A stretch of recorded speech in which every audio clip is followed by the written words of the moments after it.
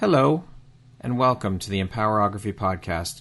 This is a platform created for women's voices to be heard and a place to share their stories, journeys, and successes with the world for the purpose of helping other women who might be on similar journeys. We are empowering women one episode at a time. I'm your host, Brad Walsh, so kick back, grab one of your favorite beverages, and enjoy the stories. You've got a story to share, a message to inspire, and a passion ready to ignite. But where do you start? The world is waiting for your voice. With From Idea to Implementation, Start Your Own Podcast, you'll get the roadmap to turn your vision into reality. This isn't just a course, it's your launching pad. Step by step, we'll break down the process from defining your purpose to recording your first episode so you can finally share your voice with confidence. Stop overthinking it and start doing it. Your voice has the power to connect and lead. Are you ready to use it? Join the waitlist today. Your podcast journey starts now.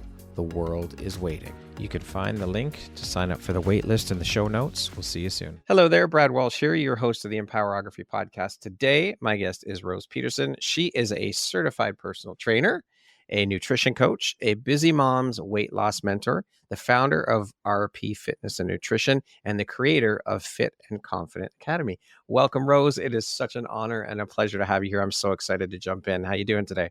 I'm doing great. Thank you, Brad, for having me. I'm excited to be here and excited to be a part of an amazing platform that you've built for women. I'm ready. I'm excited to talk with you. Beautiful. I love the enthusiasm. I am so excited to dive right in. So let us do just that. Rose, that's a hell of a lot of hats and quite an extensive resume. And it would seem that all of these hats you wear are very closely tied in together with one another. There's that common thread for all of it, which would seem to be tied into health, fitness, and wellness. So let's start with, how do you find the time for all this, and how do you prioritize? And how important is prioritization in an organization for you? Yeah, good question. And it does sound like a lot of hats. And like you were saying, they're all tied together. And the reason why I have so many titles is it's hard for me to just put myself in one bucket to say that this is all I do, because I do help men and women. I am mostly known for helping moms and women over 35, but I actually do have a handful of male clients, and I also help athletes. I don't lead with that all the time, but I guess that's where the RP Fitness and Nutrition comes from. Is it's not just the Fit and Confident Academy. And how do I prioritize that? Man, I was thinking about this as I saw that on your list, and I think of things in buckets, right? Like we can't always fill every bucket full. And so Right. sometimes we have to accept that if we have 5 buckets, that we're only going to be able to pour into either all of them evenly, or some are going to get more full than others. And I'm okay with that. I think that when you're not okay with that, when you don't accept that you just can't be everything all at once, that's where a lot of frustration and unhappiness occurs, when you're like, oh, I'm not doing enough for this one Yeah. piece. But I think it's better to embrace that, yeah, you can have a lot of interests and a lot of places that you're helping, but you're not going to be able to do it fully in every bucket. You're not be able to fill every bucket. So I always think of things in seasons. And when it comes to who I'm helping and in my business, like there are some seasons where I have more athletes reaching out because it's a competition season. And so I Right. might even pour myself into more education at that point on like how to help my athlete. And then there are seasons usually in the fall where my moms or kids are going back to school. They want to start prioritizing themselves. They reach out to me that they want step-by-step help to get their health back in track. So I guess how to prioritize myself is just to realize that not everything is going to be urgent right now, and that some things I'll be able to have my focus on fully, and some things I can't. And I actually really embrace seasons. Like we were just talking beforehand about different seasons in life. And I'm embracing a season right now of just taking some slowdown right now. And I'm intentionally doing that because I know that next season, which is usually the fall, is going to be where I'm really going to be prioritizing certain things in business. And I know, like I was saying, moms, Yeah. that's when things really tick up for me, because it's a natural, in the fall, there's this natural changeover where people do reset their goals and they kind of want to finish the year out strong. Hmm. I know there's a long explanation of That's okay. prioritization, No, but in that vein, I think it's important when people are trying to prioritize projects or goals that they don't forget about prioritizing themselves, because you're not going to be able to accomplish all the things unless you're number one. And actually, I turned 42 this year, and I'm leaning into that even more, even though that's something that I help my clients with a lot in their journeys, is learning how to put themselves back on the to-do list. I'm really leaning into I have to be number one to take care of myself so that I can help everybody else. And I wasn't doing that the greatest before, because I have 3 kids. I've been married. We just celebrated an anniversary. I'm trying to think, 21 years this year. And the anniversary. thank you.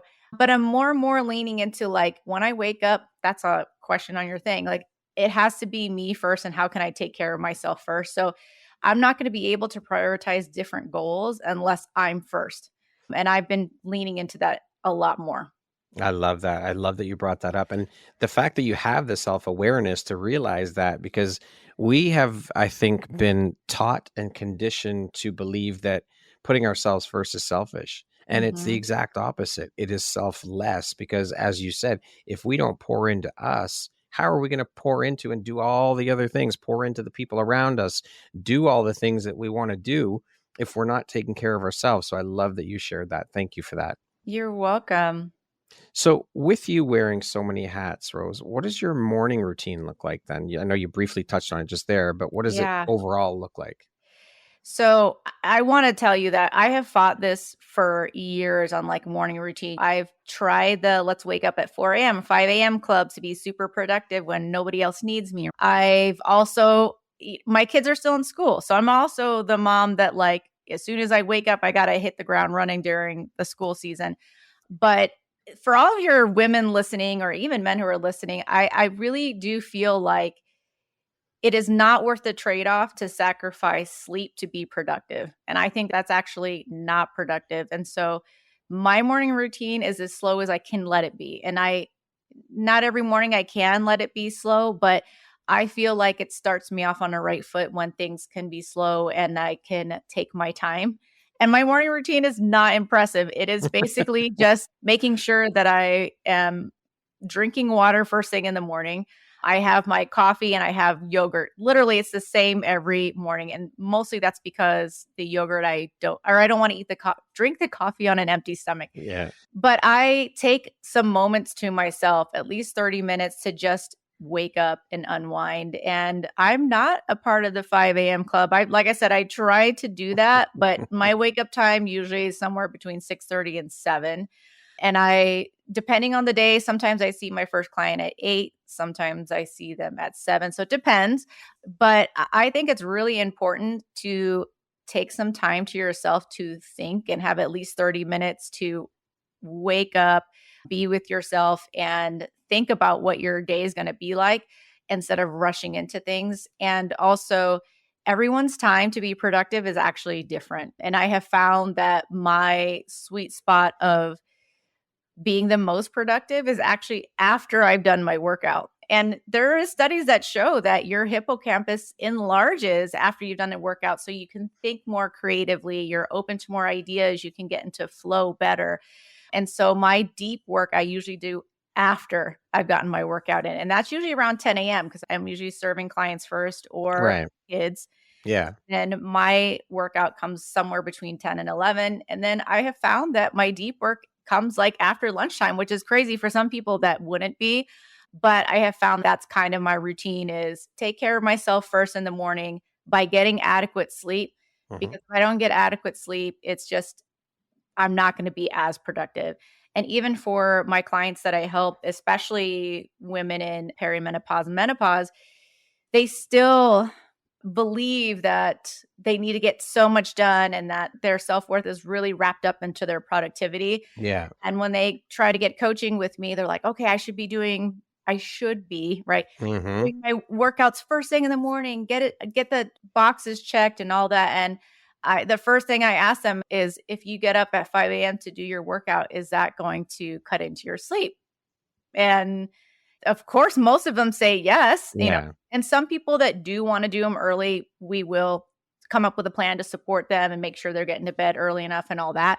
But I definitely believe that we shouldn't sacrifice our mental energy and our bodily energy by trying to force ourselves to wake up into a certain routine that may not Hmm. work for you. And everyone's the way they are most productive is different. Everyone's a Yeah. little bit different.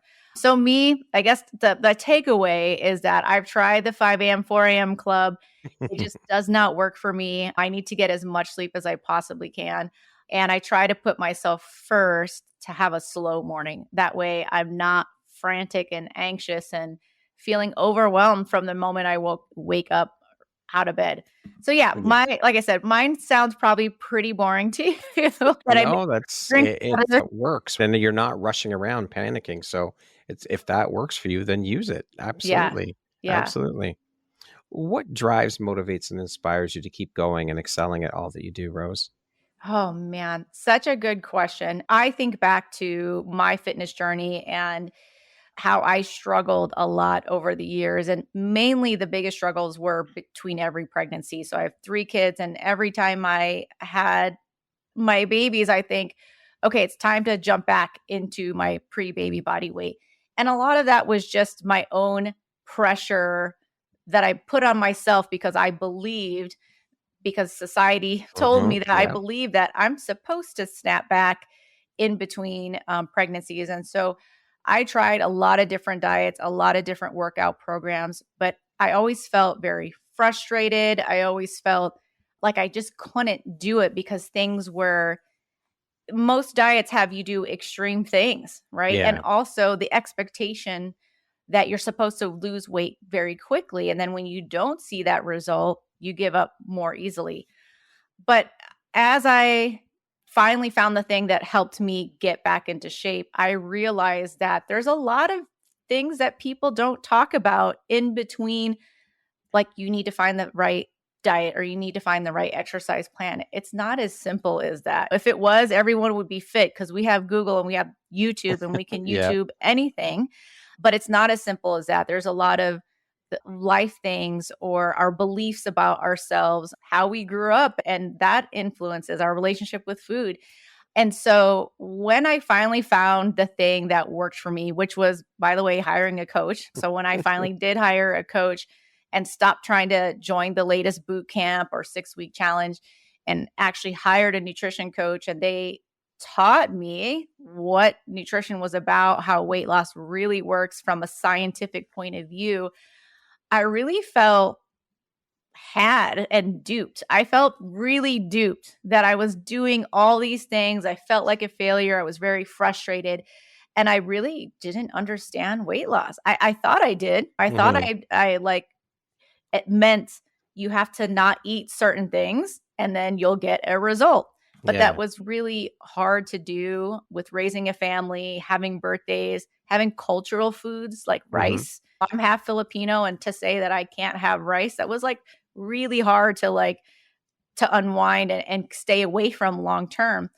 Then to understand that there was more of a science to it and that I could eat these things as long as, when you think of your nutrition program as a budget, and you can budget certain carbs, you can budget your fats. And that's when it clicked for me that if I felt like I was restricted and I didn't have freedom to eat the things that I love, and it really came from a place of punishment, like I really felt like I was punishing myself, then there had to be other women that felt this way, and that I couldn't be the only one who felt duped, or I couldn't be the only one that was like needed to know the information that I received through coaching. And one of those things also, I remember a coach saying to me, I think at the time my goal was to lose 30 pounds. And he said to me, "Are you strength training?" I said, "No, I'm doing some running. I'm doing couch to 5K like for the fifth time." And I think you have a muscle problem. You don't have a fat problem." And I was like, "What do you mean by that?" Of course I want to lose fat. And once he taught me how I could build my metabolism by actually building muscle, that also changed the game for me. And so when I fell in love with strength training and when I actually experienced being able to eat, which for a woman, this is a lot of food, being able to eat 2,500 calories while building muscle and not seeing the scale move, I was like, what?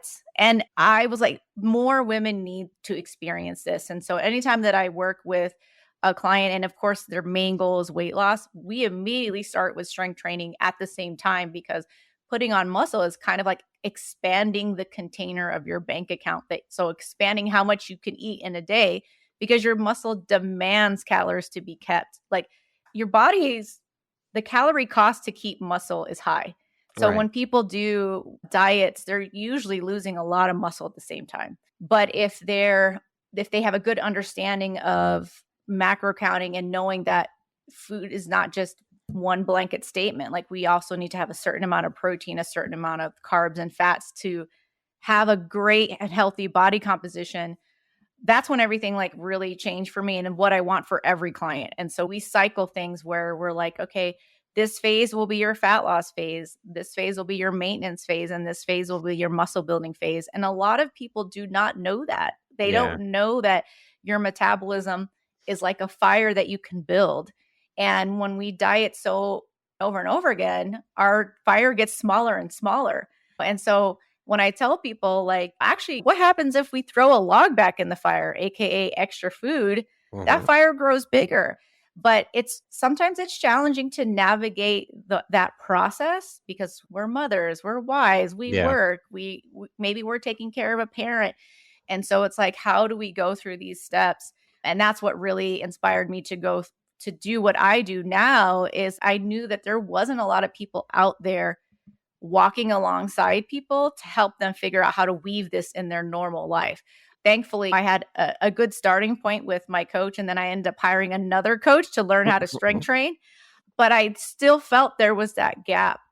Like I said, like we could have the plan, we could Yeah. have the diet, but that step-by-step implementation, support, and untangling, why is it that I do this? I know I'm supposed to be doing this. Why am I doing this?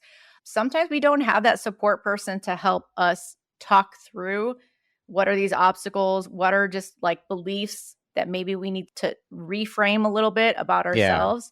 Yeah. And then empathy for yourself and compassion for yourself, that these journeys are not going to be perfect. We're going to make mistakes. And so, Hmm. how do we forgive ourselves quickly so that we can move on? So, yeah, I guess that inspires me and wakes me up every day, is that I just felt tortured trying to go through different diets and different exercise programs, and really felt like a failure over and over again. And it was very frustrating, because I would see other people with success and I would put that on myself. And they could do it. Why can't I? Yeah. And it's just because I really did not have the support or the knowledge what exactly I was doing. I was just Yeah. following what was popular. So yeah, that inspires me every day. I feel like there's someone out there that struggled the way I did, and they don't need to be. Like I got to get the information out there to support other women, whether that's like through my free content that I share all the time, or if they become a client. There's on my YouTube, I have 3 years of free content on like somebody, if they wanted to build a plan, they can just binge watch my show. So it's out there. But yeah, that's what motivates me, inspires me, is knowing there are other women out there that are needlessly beating themselves up and giving up on themselves over and over, when there are some simple things they could do to get back on track. They just need the right support. Yeah. So Yeah. what has been, would you say, the biggest or the most valuable takeaway for you through your personal experiences to get to where you are today? Oh, my most valuable takeaway to get to where I am today. Brad, you have the best questions. I think the most valuable is that you never really truly screw things up. A lot of people are afraid to make mistakes, or they maybe have one bad day and they let that bad day turn into weeks, months, years. And I really feel like these mistakes or mess ups, they're really learning experiences. And if you embrace it that way and say, oops, dang, I did that, but I know that tomorrow or the next meal could be fixed very quickly. And then there's a saying called fail faster. If Hmm. you embrace the failure and just get them out of the way, as fast as possible, then that's going to get you to the solution even faster. And so I think one of my most valuable takeaways is that mistakes or mess ups, they don't truly mean anything about you or your journey. And in fact, to me, it feels like you're not giving up on yourself. If you just keep making mistake after mistake over and over again, but what are you doing on the other 10 hours of your day? Yeah. You're also walking, you're also making a change to decide maybe you're ordering a Diet Coke instead of a regular Coke. Those Hmm. little things actually do matter. And a lot of times we don't give ourselves enough credit for that. So I would say the most valuable takeaway during my journey is that to not let those mistakes say something about you and not let them give up on yourself. And there's always something, a lesson in there. But Yeah. if you can just forgive yourself quickly, then you'll be able to have more progress. And I do that I have so many goals in life. I'm an athlete too. And Hmm. so not every week is a perfect training week. And I have to accept that I'm a late in life athlete. Things like jumping power, explosiveness does not come naturally to, like, if you were in sports since a kid, that Yeah. stuff comes really natural to you. So I embrace that it's going to be okay. It doesn't mean that I'm any less of another athlete that I'm competing with. And sometimes we can let those different mistakes or not good enough isms get in our way, but I think that the most valuable part that I've learned in my journey is that deep down, no one is perfect. Even Hmm. elite athletes are not perfect. Even people who spend tens and thousands of dollars in coaching, they're not having a perfect journey either. And No. especially like people who show things on social media, they lead you to believe that they have these, and other trainers too, Hmm. that they have these perfect diets when I know them in real life and I'm like, didn't we just have nachos yesterday? And today you're preaching that everyone should be on point with their food. Come on now. So, How have your personal beliefs and philosophies around fitness and nutrition evolved over time? ah, I love this question. I think some people who have ever done macro counting before will resonate or relate with this story. So, when I first realized that weight loss was about calories in, calories out, and it was about macros, I went macros gone wild. So, what that means is once they told me you could have 250 grams of carbs a day, anything you want, as long as it's 250 carbs a day, I went wild. It was like, oh, I'm going to have this glazed donut and throw it into my protein shake. And I remember posting about this too, like on social media, like I made a glazed donut protein shake because I could eat any carb that I want, which I still believe. But I feel like there was a period where I really forgot about micronutrients. So it's forgot that, oh, yeah, we should throw in some fruits because they're good for you and they have benefits. Yeah, eat a salad every now and then. So I kind of went macros gone wild because I experienced this food freedom that I hadn't like given myself permission before. Yeah. So I went wild, like high sugar intake. And then I started to realize that yes, we got to eat food to like feel good too. And so had evolved where it's I learned that we some foods just your engine's not going to perform as well. And Yeah. so that kind of has changed. Also, as I mature as a trainer, I think in the beginning, because I had such success with strength training and dialing in my nutrition, I just felt like everybody needed to do that and that everyone needed to strength train and that whatever they do in life for their exercise, nothing was worth doing unless it was lifting weights. But as I became a coach, I realized that's not what I really want for people. What I really want for people is to enjoy what they're doing.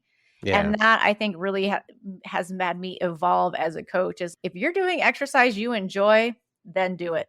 Like also, for example, right now in the perimenopause and menopause community, what's really the science is saying that women should not be doing long duration cardio. So if you're a marathon runner and you don't want to exacerbate your menopause symptoms, don't run. Don't do marathons. Don't run for more than 40 minutes. But that's really a hard pill for me to swallow as a coach because I have clients who are triathlon athletes. They love to run. They love like all of that stuff. And I feel like now as a coach, I try to support my clients with things that they enjoy. And how can we keep you running and doing the things you love, but also keeping your hormones happy and incorporate both things? So I think as a coach, I've really matured in that sense of, hey, if Pilates is your thing and that's something you think you can do for 3 times a week and you love it and look forward to it, I'm 100% going to support you to do that and not make you feel like you're doing fitness wrong. My daughter sent me this really funny Instagram of these women exercising, and they are doing some almost like aerial, and they're like in these bungee suits and they're flying through the air. They're like doing squats, and it's almost like choreography and dancing. And there is some strength training in there. I saw some other videos later that they are picking up dumbbells in between and stuff like that. But the comments, Brad, oh my gosh, I'm going to do a post on this. The comments were like, oh, a bunch of middle-aged white women doing anything to avoid real exercise. And Wow. I would like that this doesn't count. And what are they doing? And they're wasting their time. Why are they even paying money to do this? I was just like, they have no idea what it feels like to be in those harnesses and do the things that they're doing. I know I consider myself in great shape. If I were to take that class and took 60 minutes, the next day I'm going to feel like I got my ass kicked. Yeah. And people don't understand that things that we don't normally do is going to feel like a challenge to your body. So Of that's number course. one. Like I will feel like I got my ass kicked because it's something I don't normally do. And number two, I'm like, wow, that looks so much fun. And if And they that's what it's about. exactly. They look like they're having so much fun. And Yeah. if there was a location like that by me, I would go and sign up. I have no doubt. Yeah, because I'm like, someone is super smart by taking something as fun as like this bungee suit where you can feel like you're flying and dancing effortlessly with the support of this harness, but you're also exercising. I feel like that's genius. So as a That's coach, I feel win-win. like, yeah, my philosophies has really evolved. And even sometimes like I was saying, like the science of running and hormones and perimenopause women, sometimes we can work around that and we don't have to do things exact and we're still going to get a result. Yeah. So I think that has helped me. My mindset has evolved a lot as a coach. On there is no you have to do this or you have to do that, but do what you enjoy, what's going to work for you. Especially like even with if you don't eat breakfast in the morning and you don't feel like it, then don't feel like you have to force yourself to eat breakfast in the morning. So that I work with my clients on like where they're at now, how can they make fitness, health, and all of that fun so they can improve their longevity and keep moving for as long as they can. That's the goal. Yeah. Yeah. Speaking of nutrition, obviously nutrition plays a vital role. How do you educate and guide individuals in establishing a nutritional foundation that supports both fitness goals and overall well-being? I'm so glad that you asked me that. So something for nutrition that supports both fitness and overall well-being is being able to indulge in your favorite foods and continue to eat your cultural foods. I kind of touched on that a little bit before on there are a lot of people that I work with that the first day they're like, am I allowed to have tortillas? Am I allowed to eat rice? And I'm like, yeah, actually, you're allowed to eat whatever you want. I'm not here to tell you that you cannot have this anymore. Which is that, which I'm sure, sorry to interrupt you, Rose, but I'm sure that is a huge light bulb moment for people when you share that, because people, as you just said, people automatically assume, oh, I'm not going to be able to eat my favorite foods anymore. I'm not going to be able to eat this, eat that. And I love that. So sorry, I just had to mention that. No, thank you so much. I truly believe that food is more than just fuel or just calories or just even micronutrients. Foods are memories. Foods are celebration. Food is things that are meant to be enjoyed. And so I think when I have clients that come to me who have a specific fitness goal, usually it's weight loss. I make sure to tell them that if there is something that you would just break your heart if you had to give it up, then I think you should eat that every day. And clients are like, are you crazy? Like I have people that plan ice cream every night, and that ice cream every night is helping them stay consistent. But it's because also about moderation too, though, right? You yes, can't sit there and eat, speaking of ice cream, you can't sit there and eat a container of ice cream every day. correct. You have to Yeah. moderate how much you eat. But Mhm. again, I love that you're sharing this because so many people out there have no idea. Yeah. So I have a good story to tell. So I had Yeah. a client whose goal was weight loss, but she was also an athlete. So she had to cut weight for a competition. And one of the strategies that we were using to keep it enjoyable were these lower calorie ice cream bars. To your point, like we can't eat a whole container of ice cream and still reach our goal. So once I shared with her a couple of brands that I liked, and I'm like, these are calorie friendly, they're macro friendly. She came to a call once and she said, how can I stop craving ice cream? And I was like, what do you mean? And she's, those ice creams you told me about, I have one every night. I'm like, okay. And she's, how do I stop having one every night? And I said, okay, let's pause. Have you reached your weight class goal? Yes, I have. Have you been feeling strong in the gym?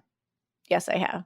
I'm like, I think that those ice creams are actually helping you reach your goal than actually harming you. And she's, what? And I was like, well, imagine if the last 4 weeks I told you to never have an ice cream again. How much harder would it have been for you to actually stick to the rest of the plan? Like you, if I would have taken that away from you, then it would have been miserable. You would have hated this. You would not want to stick to it for more than a few days. So the fact that we incorporated it in your plan, I feel like this is actually helping you stay consistent. And I think that's another thing I work with my clients is a mindset around food on whether you're a good person or you're a bad person, whether you eat certain things. And that's another thing is you're not a bad person for enjoying flaming hot Cheetos. You're not a bad person because you like ice cream. Yeah. Now, sometimes we eat these things because we might be stress eating, we might be having emotional eating. And if that's the case, then we got to learn some tools to not always use food to help us through our emotions. And that's a whole nother Yeah. topic. And that's something I That's help a my whole other clients with. podcast Yeah. episode. Yeah. So when it's your only mode of comfort, then that's a problem. But Yeah.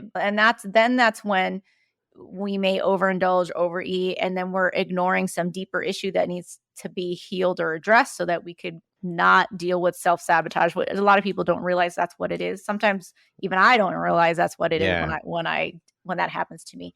Yeah. I forgot the original That's question. okay. You answered it. It's all good. Yeah. No problem. Keeping with this theme of nutrition is obviously a field that is continually evolving with Mhm. new research trends. You hear about all these diets and all these fad diets and all this other shit.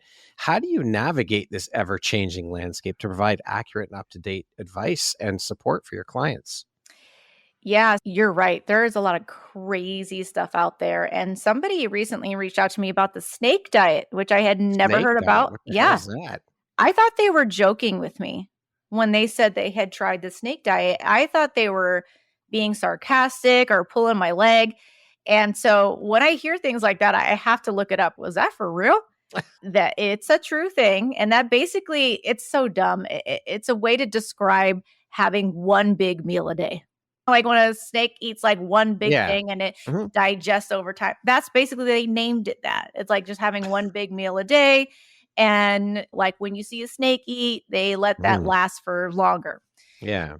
So sometimes I hear things like that and I do have to investigate and see what it's all about. But you're right. Nutrition science is, there's always something new coming out. Mhm. And I think some of these claims are pretty crazy sometimes. And I look for the research, like what research supports this claim. And Right. so like the keto diet, for example, I think it's a wonderful tool for someone who maybe they struggle when they have carbs around. And so just eliminating them from being in their environment helps Mhm. them stick to their goals because they're less likely to eat processed food. They're less likely to binge on things. It's simple. I get Yeah. it. Like it's simple to just think, let's just eat protein and some fruits. So I get that.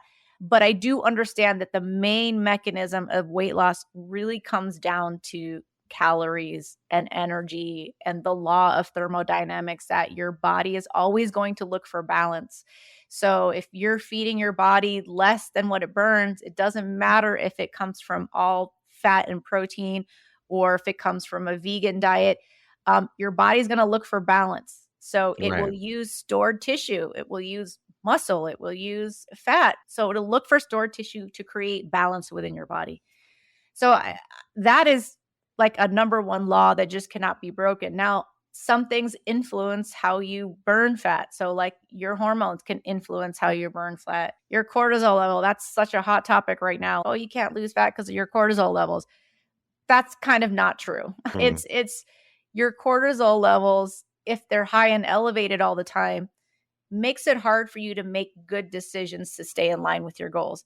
If your cortisol is high, your body is going to feel hungrier. You know what I mean? Yeah. It's not a direct correlation to be like, oh, your cortisol level is high, you can't lose fat. No, it's because your hormones are creating signals to say, we're running from bears every day. We need fuel to keep running from bears. Yeah. And so it just makes it harder to be like, I'm going to choose salad over pizza. Your brain is, no, pizza has more calories. We're running from bears. We're going for pizza. Good pizza. Yeah. Yeah. So sometimes it's things that we don't even realize. So saying like hormones do influence, they may at a small amount can influence your metabolism. Not a lot, but they can. But once we do things to take care of ourselves, then your hormones can balance out and can help support weight loss, right? I think just keeping up with being educated. I have subscriptions to different resources that help me keep up to date with nutrition science. A lot of the things that I'm more interested in is behavioral science because it's more of like understanding why we make the decisions that we do. And I published something on willpower recently. And so it's what are some things that we can do that works, that we don't have to exercise willpower. And it's been studied. It's been well studied.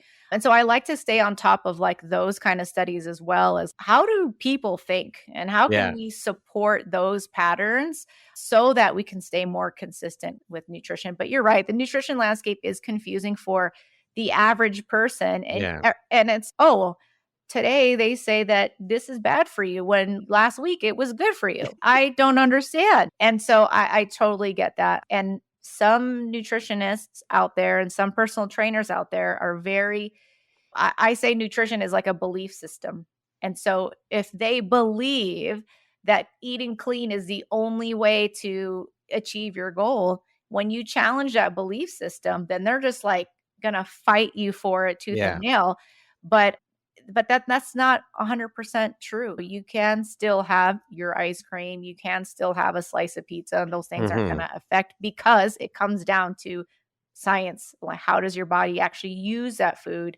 I think that's really important to remember that, all these different diets, they may have benefits in different ways.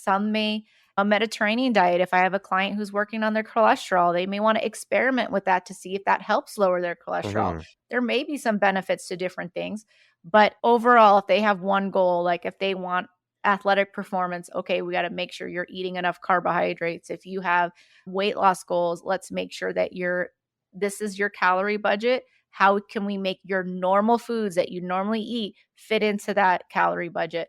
But I think it's also accepting that my one belief system may not work for everybody too. Right. And I have clients that sometimes come to me and they're afraid to eat carbs because keto's worked for them in the past. And they know that if they eat one bite of carbs, it's all going to come back. And so I may have to meet them halfway and say, okay, how about we just start out with a little bit of carbs and see what happens? Exactly. Yeah. So that's how I keep up with it, is just really just doing my own research, staying on top of that, and also understanding that there's multiple ways to achieve a goal. And it does not have to be that one way. If whatever is you're going to stick to is what I'm going to support. What advice would you give to someone just starting their fitness and nutrition journey? One piece of advice. One piece of advice I would give is just do one thing every day. And it doesn't have to be huge. And that if you're doing one little thing every day, that means that you're still on your journey. And that even could be getting extra water every day. That could even be a 5-minute walk. Sometimes people feel like if they haven't changed their whole life overnight, that nothing counts. Or if they're not out there doing a 60-minute class that's kicking their ass, that doesn't count. And I'm like, I talked to someone recently, a dear friend, and he works from home and he's sedentary. And we have that a lot now. A lot of people work from home. And I kind of just threw out there, what do you think about going for a walk every now and then? Hmm. And he's, oh, no, that doesn't count. What do you mean it doesn't count? He's like, oh, I want to go back to the gym with my buddy. We used to do this kickboxing class at 5 a.m. And I'd come home and I'd be sweating and I got a good workout in. And I'm like, so you're not going to do anything until you can get back to that 5 a.m. class? When's that going to be? Like, Yeah. you're working 12 hours a day. When are you going to get up at 5 a.m. to go to this class? And so I think that all or nothing mindset is getting in the way of a lot of people. And so if you could just start with one thing, it will snowball into more things, Yeah. and that to give yourself more credit than you are. And those little one things, they really do matter, and you really are doing the thing. And a lot of women are very hard on themselves about feeling like they're not doing enough. Yeah. And I'm like, wait, are you kidding me? You wanted to stop at Chick-fil-A and get fries, but you talked yourself out of it. Hello, that is Hmm. definitely a That's win huge. thing. But they're like, Absolutely. "Oh, but I didn't get to my workout, or I'm struggling to get my water in." I'm like, "No, we're counting all wins here, and Yes. that's your one thing."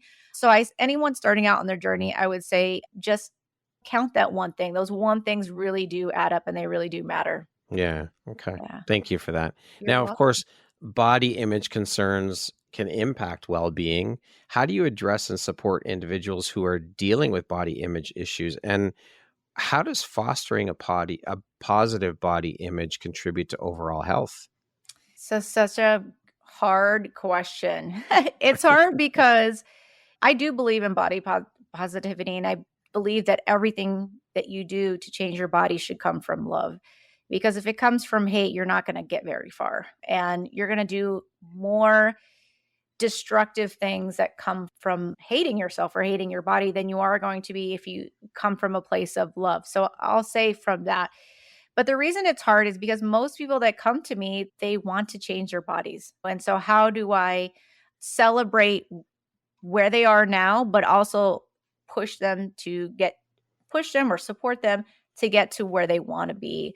And I had a friend who's a stylist, a clothing stylist, and she used a word like your transitional body. And I kind of like that word, where it's you're just in transition, but you should love all parts of yourself. You have to love yourself now in order to make changes to stick.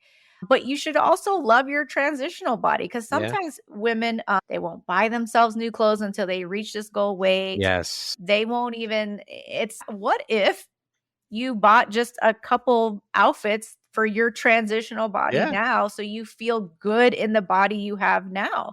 That my stylist friend said, what kind of workout are you going to have if you step into the gym feeling like Beyonce instead of stepping into the gym in the same clothes that you clean your toilets with? How much different will your workout be? Yeah. And so I think of that advice of you've got to love the body that you're in now, but also love the transitional body. And then also love the person that you're going to be in the future, because a lot of times we're making decisions for that future self, so we have to Yep. think about that too. But in the realm of like positivity and health at every size, I do believe that people have their healthy body size could be different than what society may think Yes. they should be at. For sure. And I think that's really important, is what body size are you happy in and that's healthy to you, versus some doctor's office stupid BMI chart that is Hmm. outdated, that is telling you that you're not at a healthy size, because those things like don't account for muscle mass. It doesn't count for a lot of things. Before I go down to a tangent. But anyway, it's complicated. I do Yeah. believe that people should come from change from a place of love. And my clients Beautiful. are all shapes and sizes, and I support them. And I believe that one body type is not more ideal or more attractive than another body type. Yeah. I think that all body types are beautiful. But it is hard when I do understand, because I've been there. I've been there where I was unhappy with my body and wanting to be at another size. But I think you have to come from a place of self-love in order to become the healthiest version of you. And I think that's the most important part, is Yeah. what is the most healthiest version of you? And that's what we should really kind of go for. For sure. Now, and this is a great segue into the next question, is obviously the common thread here, which is the foundational piece, is self-love. Mhm. And obviously you are a big advocate for self-love, body acceptance, women's empowerment. Can you speak a little bit about what those three things mean to you? So we have self-love, Mhm. women's empowerment. What's the middle one? And body acceptance. Oh, body acceptance. Self-love to me is, it really comes down to taking care of yourself and just loving the body that you're in, because we only have one body, okay, on this life. And we have to love and take care of your body if you want to continue to do the things that you love or be around the people that you love. Mhm. And I feel like self love also has to come with self acceptance that, yeah, like there may be traits or even personality traits about yourself that you don't or that you want to change, but how Mhm. can you also love that part of yourself? And how can you also, if you do want to change those habits, come from a place of love and that you're just trying to improve and become a better person instead of thinking, I hate this about myself. I think a lot of reframing helps a lot there on like when we're thinking about ourselves negatively. But self love to me is a self acceptance, right? Part of it Yeah. is accepting yourself, but then also knowing that you are worth, you are a human being and you are worth the time and energy to put to love yourself and to put time and energy into loving yourself. You are worth it. So just knowing that. And then for accepting your body size, this is, again, it's a tough one for me because I help people transform their bodies, but you can only transform your body if you love the one that you're in now.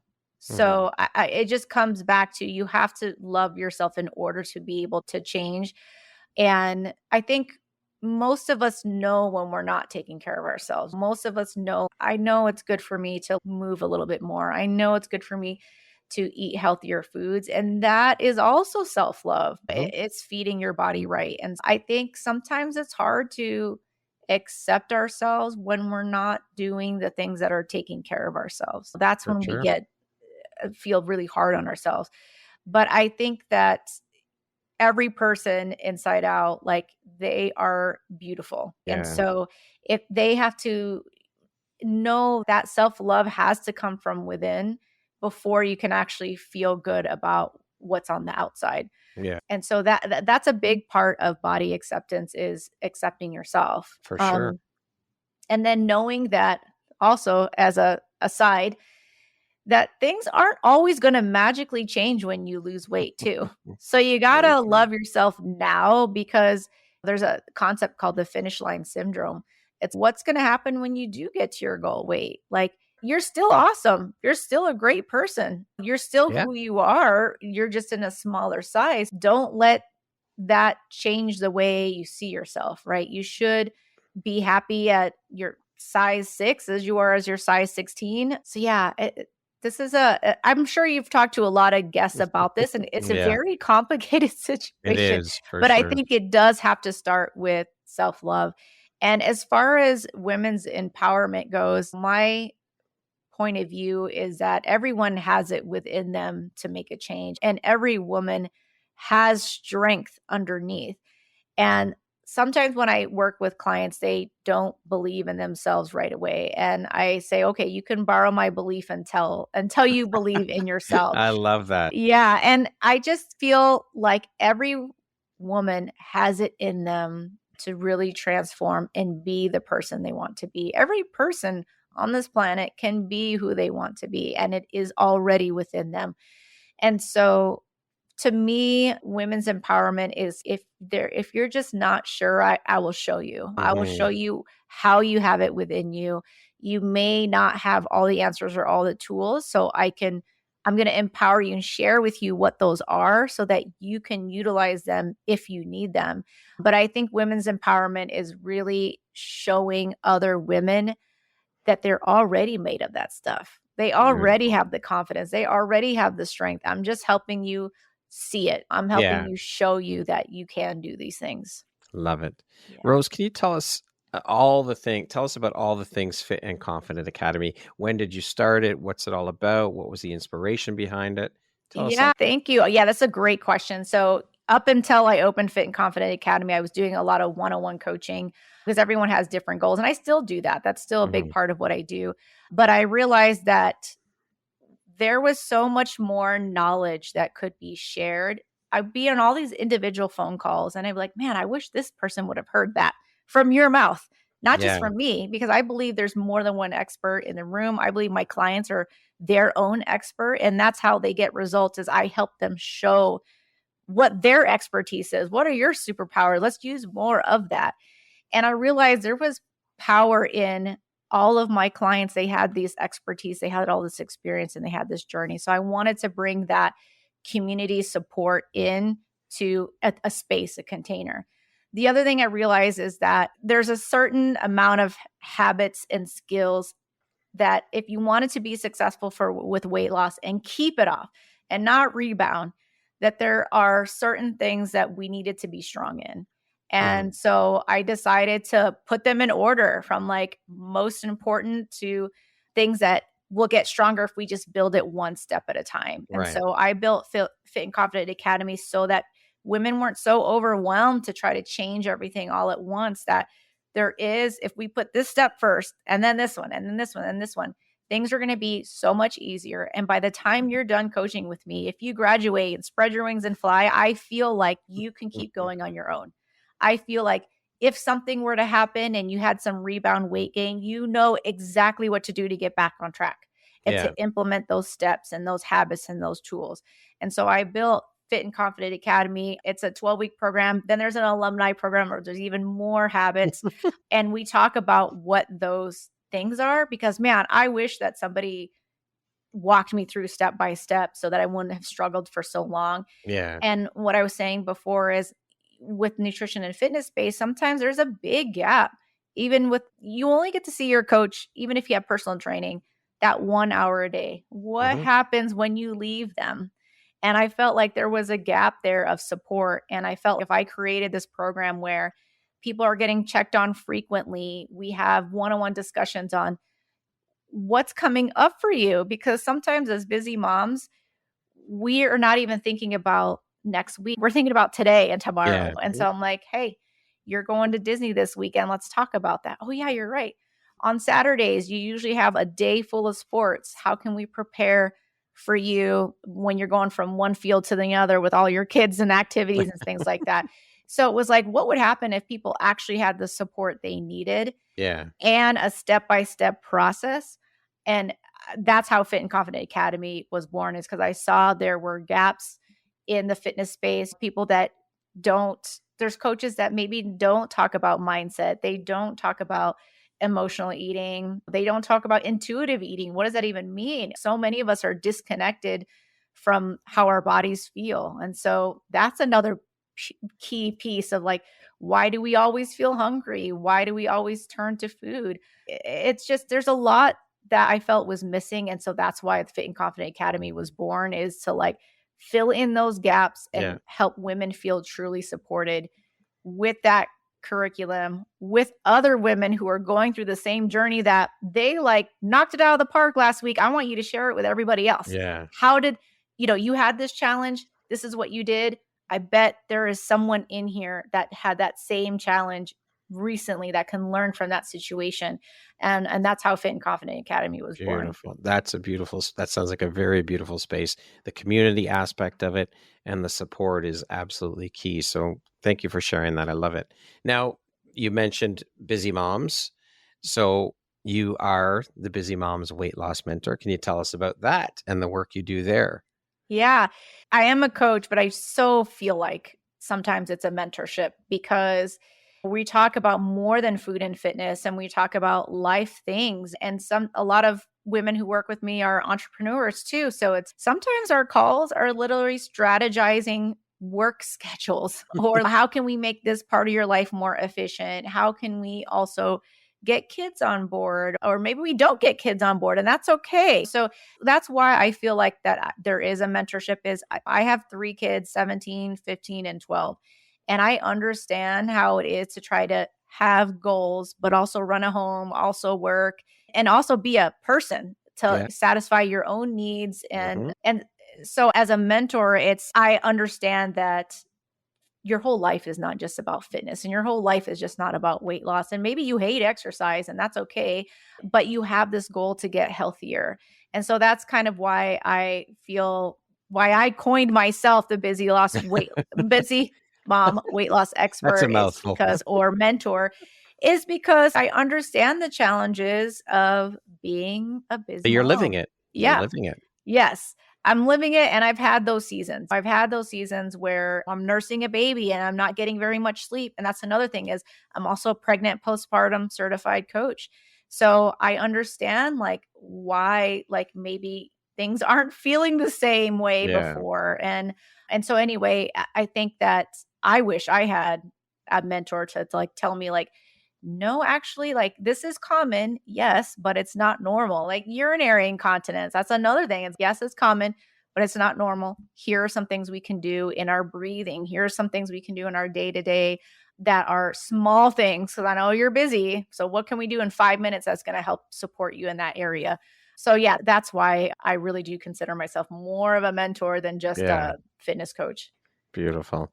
What do you think your unique skill set or superpower is that's helped you become successful? I thought about this, and honestly, I think it's being a good listener.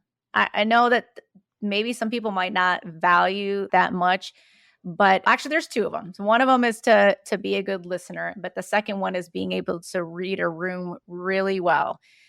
And whether they're on the phone with me or in person, I just have a sixth sense that I know what they're feeling. And Mm. there's some emotion, something happening underneath that they're not telling me. So that's one thing. And some people say that I'm an empath. I don't know. Maybe I am because when there is something big about to be told to me, I feel it in my whole body. Like alarm bells are ringing inside, and I'm like, something's happening. Something's about to happen. Something is about to happen. Something is happening. She's feeling something. I'm feeling it too. So I think that's one superpower. And then the other one is listening. Yeah. I really value that when I'm on a call with clients, like they're talking 75% of the time. And I want it to be that way because I want to hear everything that they're going through and I'm able to pick out what they're saying so that we can make a change. And they might tell me a list of surface level things that they're Hmm. struggling with, but then underneath all that, I see that there's something else underneath. So Yeah. I think that being a good listener is one of my superpowers. And then also having this sense that I can read a room really well. And that has come to my advantage in even uncomfortable situations, like going to new places and just immediately have a spidey sense of we have to leave right now. There's something not right about this Yeah. room. And so I think that those are my two strengths. And at the same time, when my clients are feeling a certain way that I can tell they need extra support Hmm. or there's something else going on, I've been able to be there for clients in a way that they probably didn't know that they needed in that moment, but I could read it very well. Yeah. Yeah. Speaking of success, how do you define that word? What does the word success mean to you? Oh man. So success means to me, I tell my kids, all I want for them is to be healthy and happy. That is it. And so I feel like success means to me as long as I'm still happy doing the things that I'm doing and that I'm healthy, I'm living a successful life. That is Beautiful. it. If you are healthy and you're happy, and maybe if you're also giving back to the world, I think that's Yeah. another thing because I feel like giving back is so important. And that's actually one of the habits in our program is giving back. And is there someone that you know in your immediate life that could use mentorship or a good influence? It could even just be a good influence in your family. I think that a success just means to me is are you healthy and are you happy? That's it. We got those two things. You're pretty We're good. successful. Yeah. Beautiful. Okay, we're going to jump into a little rapid fire section. So the next grouping of questions just be 1, 2, 3, 4 word answer type thing. Okay. Okay. Okay. This will be fun. You got this, Rose. Okay. How would you describe yourself in one word? Oh my gosh. I would say tenacious, even though I don't feel tenacious, but I have a hard time giving up on things. Okay. Yeah. If you could teach the world one thing, what would it be? If you could Yeah. be remembered for one thing, what would it be? Being there for somebody. What's one thing you want but cannot buy with money? Ooh. Ooh. Being present. I that's something I'm always trying to aim for is being present. Yeah. Yeah. What is one thing you love about yourself that is not related to your physical appearance? I like that I listen to people. I like that people come to me and talk to me. Yeah, I don't know. I like that. Okay. If you came with a warning label, what would yours say? Oh my gosh. I don't know. One of my coaches told me that I have resting mom face, but he said I have resting Asian mom face. And I was like, you have a mean look sometimes. So I guess it's if I have that look, just don't judge me for that look. I don't even know where it comes from, but supposedly I have that face. Resting mom. I have I've mean never heard that I have before. mean mom face, he tells me. Oh And my I'm God. like, "Okay." And my kid said, "Yeah, you do have that look." I'm like, "Really? Okay." Yeah. That concludes our rapid fire section, Rose. Now back to our regularly scheduled program. I threw in a bonus question that I did not send you ahead of time. Okay. If other people could use 3 words to describe you, what would you want those 3 words to be? 3 words. I would say loyal Mhm. would be one, dependable would be another, and I don't know, like, I'm torn between inspiring or motivating because I truly believe, like, motivation has to come within, like, other people Mhm. can't motivate you. But I do hopefully feel like I can inspire others, and just even if it's bringing out what they already have in them, and I wanna Mhm. feel like I wanna inspire them to know that they are powerful. But then at the same time, I push myself sometimes to train and do the things that I sometimes don't feel like doing because I Mhm. know people are watching it and it inspires others. I didn't mention that. I mean, I mentioned I was an athlete, but I'm an Olympic weightlifting athlete that started at age 35. And Wow. for a long time, I did not believe in myself. I didn't think that I was worth being on the same platform as other athletes. Like felt like I didn't belong there. And one of the reasons why I felt like I didn't belong there is these elite athletes, some of them are working out 2 times a day, 5 days a week, 6 Mhm. days a week. And I'm a mom barely getting in 3 sessions maybe. And Yeah. so it's sometimes I struggle with in the beginning when I first competed, I struggled with feeling like I belong there. And the first national competition, I had one of my clients tell me like, "Oh my gosh, that's my coach. I can't believe that you were there." And that pushed me to realize if I'm telling people that they can do anything and that any dream that they really want, they can accomplish, I better be doing the same thing for Yep, myself. for sure. And right now I'm training for another national competition for August. Awesome. And that it's pushing me to know that my clients are watching and they've seen that I'm signed up and I'm putting in the work. And sometimes the work is from home. Sometimes it's Yeah. not meeting my coach. And I procrastinate too. And I do the same things they do, but I'm showing up for myself because I know that I'm inspiring others. Beautiful. What is an unexpected blessing or occurrence in your life that you're grateful for? Oh my gosh. I would say my dog. Okay.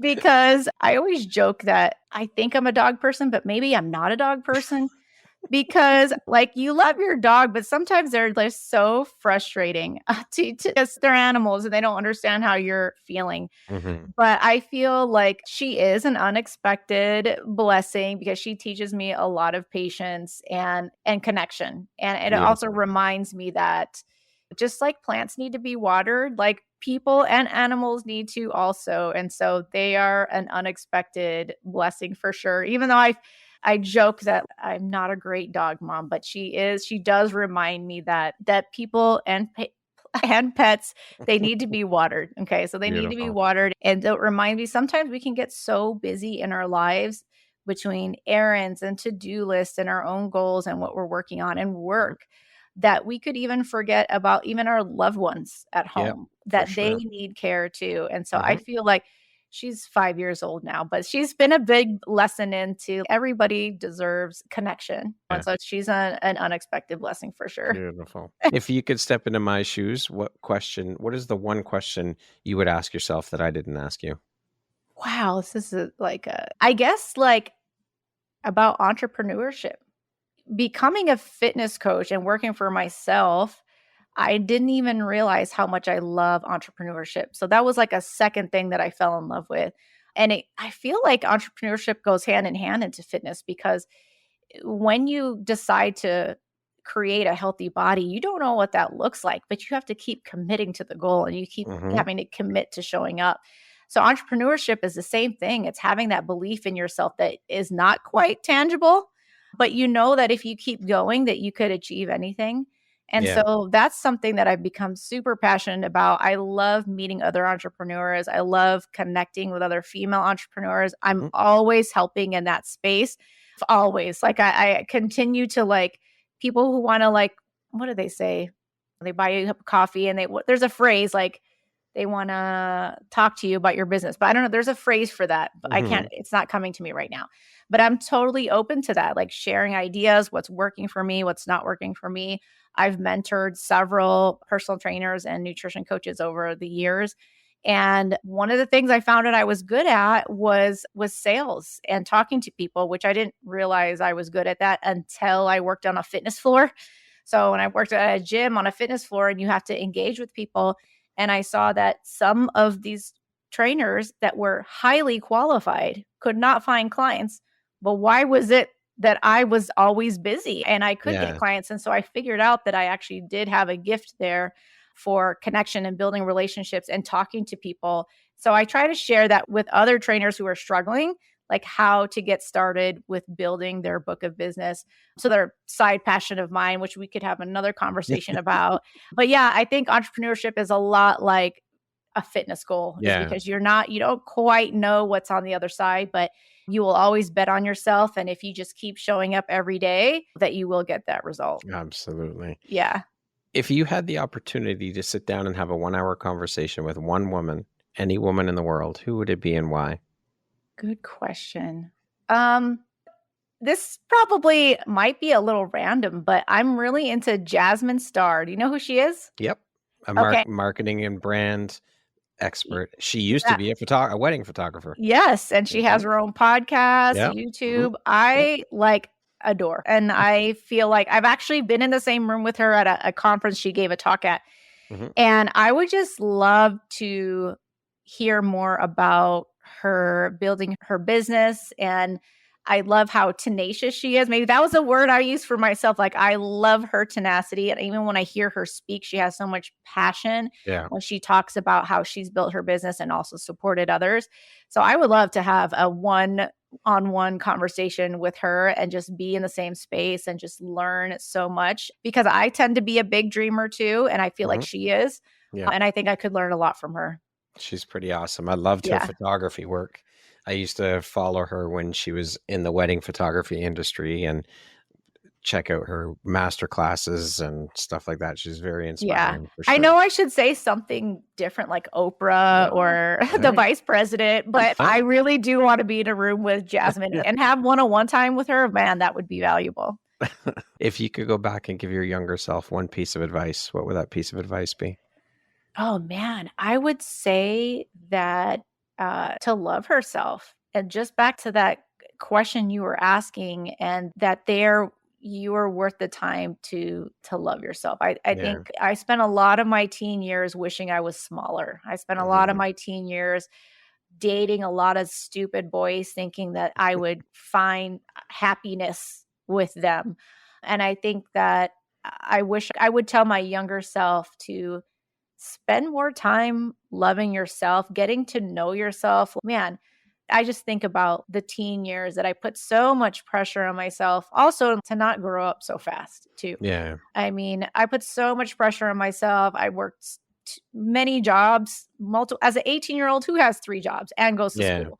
And I think it's because I just wanted so much to have some kind of accomplishment. But I would say to myself that you are enough, and that the love that you're looking for is within. And you take some time and some moments to love yourself and to not rush to grow up, that it's okay to be exactly where you are. Beautiful. Yeah. Lastly, Rose, if you were to deliver your last 30-second speech to the world, your corner of the world, your people, your tribe, what would that last 30 seconds sound like? What words of wisdom would you impart? Brad with the deep questions. Wow. Man, I would say that I have so many things that I would say to people, but I would say the last 30 seconds is that there are so many unique qualities within each person. And I feel like if you feel like there's something you need, it's already inside you. If you feel like you need to be more courageous, your courage is there. It just needs to come out, and it's there. And maybe are things that you need to practice. Maybe there's things that you need to do to practice your bravery and do small things that make you scared. But all of those things that you wish you already have it within you. And I would say that I think in any space, the entrepreneurial space, the fitness space, is that you can become anything that you wish that you become. And they talk about this in manifestation a lot, which I've just like dabbled one little pinky toe into. And that is that they say that if there is something that you imagine or dream for yourself, it's because it's actually meant for you. And you wouldn't have thought that thought That's if right. it wasn't actually meant for you. And the same thing for if you wish you were stronger, if you wish you were more courageous, if you wish you were more outgoing. I believe that you have those qualities in you already. You just need to practice getting it out. Yeah. Beautiful. Beautiful. Rose, thank you so much. It has been such a fun, beautiful, educational, and inspirational conversation. I appreciate you being here with me, taking and making the time to share your journey, your story, and the beautiful light you put out into the world through the work you do. Thank you so much. I appreciate you. Thank you, Brad. This has been so much fun. And yeah, with the deep questions. Yeah, this has been a truly fun to be here. And I'm grateful that you invited me to be on your platform. This is an amazing podcast that I'm just grateful to be here with you. Thank you so much, Rose. I You're appreciate that. And I welcome. receive those kind words. Once again, my name is Brad Welsh, host of your Empowerography podcast. Today, my guest has been Rose Peterson. She is a certified personal trainer, nutrition coach, a busy mom's weight loss mentor, the founder of RP Fitness and Nutrition, and the creator of the Fit and Confident Academy. Thanks so much, Rose. I hope you have a beautiful rest of your day. Thank you. Thank you very much for listening to this podcast. If you haven't yet, please be sure to subscribe, rate, review, and share with all your friends. You can find me at visuphoria.ca, follow me on Instagram at Empowerography Podcast, and on Facebook at Empowerography. Please join me next time for another inspirational story from yet another amazing woman.